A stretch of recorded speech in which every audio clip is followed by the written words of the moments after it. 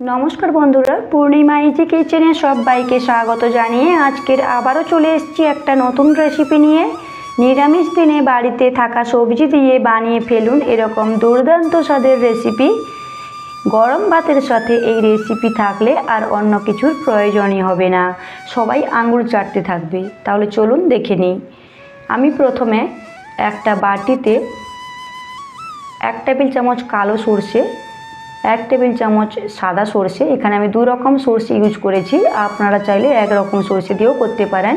আর নিয়েছি 2 টেবিল চামচ পোস্ত, আর নিয়েছি 2টো কাঁচা লঙ্কা, আর সামান্য 1 চিমটে লবণ, আর সামান্য জল দিয়ে পোস্তটাকে ভিজিয়ে রাখছি।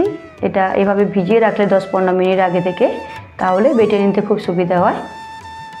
এরপর আমি নিয়েছি সজনে ডাঁটা, এরকম একটু সাইজ করে কেটে নিয়েছি।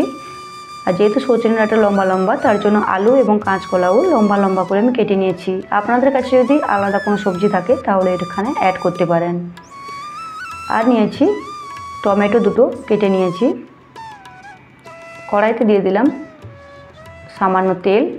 তেলটা গরম হয়ে গেলে এর মধ্যে আমি আলু এবং কাঁচকলা দিয়ে একটু ফ্রাই করে নিচ্ছি। এভাবে সবজি আলাদা আলাদা করে ফ্রাই করে নিলে তরকারির টেস্টটা খুবই সুন্দর হয়। তো এখানে দিয়ে দিলাম 1/2 টেবিল চামচ লবণ এবং 1/2 টেবিল চামচ হলুদ গুঁড়ো দিয়ে এই আলু এবং কাঁচকলাটা একটু ফ্রাই করে নিচ্ছি। এভাবে হলুদ গুঁড়ো দিলে কালারটা খুব সুন্দর আসছে, দেখতে খুব ভালো লাগে। দেখুন এখানে আমি 2 মিনিট একটু আলু আর কাঁচকলাটা ফ্রাই করে নিয়েছি। এরপর এর মধ্যে আমি অ্যাড করে দিলাম সজনে ডাঁটা। সজনে ডাঁটা দিয়ে 1 মিনিট মতো একটু ফ্রাই করে নিচ্ছি।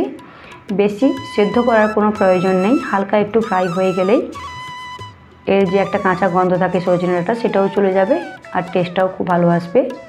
দেখুন এখানে আমার সমস্ত সবজি ফ্রাই হয়ে গেছে, আমি তুলে নিয়েছি।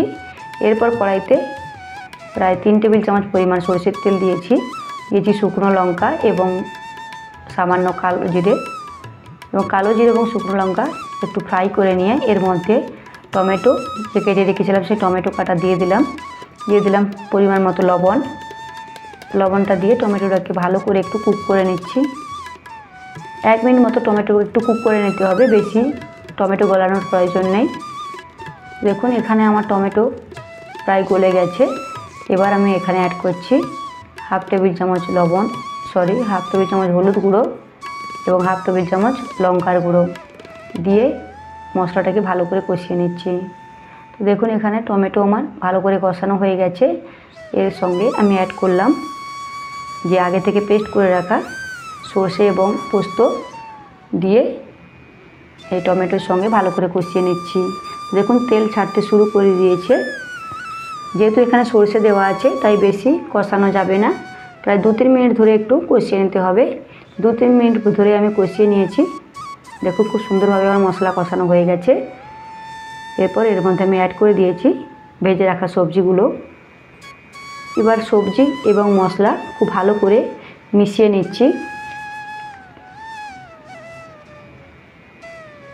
এইভাবে ভালো করে মিশিয়ে একটু ঢেকে রান্না করলে কিন্তু তরকারির টেস্টটা খুব ভালো আসে।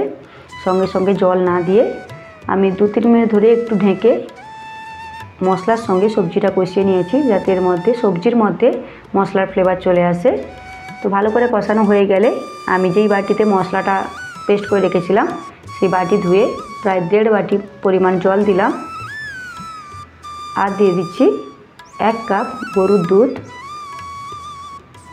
এরকম গরুর দুধ দিলে কিন্তু অসাধারণ লাগে খেতে নিরামিষ তরকারি। আর দিয়ে দিলাম উপর থেকে 2টো কাঁচা লঙ্কা চেরা। ভালো করে মিশিয়ে নিয়ে ভালো করে এটা ফুটে আসতে দেব। তো দেখুন এখানে ভালো করে ফুটে গেছে, বেশ ভালোই ফুটছে। এখন আমি অ্যাড করছি সামান্য চিনি। যেহেতু নিরামিষ তরকারি তাই সামান্য একটু চিনি দিলে টেস্টের ব্যালেন্স খুব ভালো হয়। তো দেখুন এখানে প্রায় 4-5 মিনিট আমি তরকারিটা ফুটিয়ে নিয়েছি। দেখুন ঠিক এরকম হয়েছে আমার তরকারিটা। আপনারা যদি গ্রেভি বেশি রাখতে চান সেক্ষেত্রে একটু কম ফুটাবেন।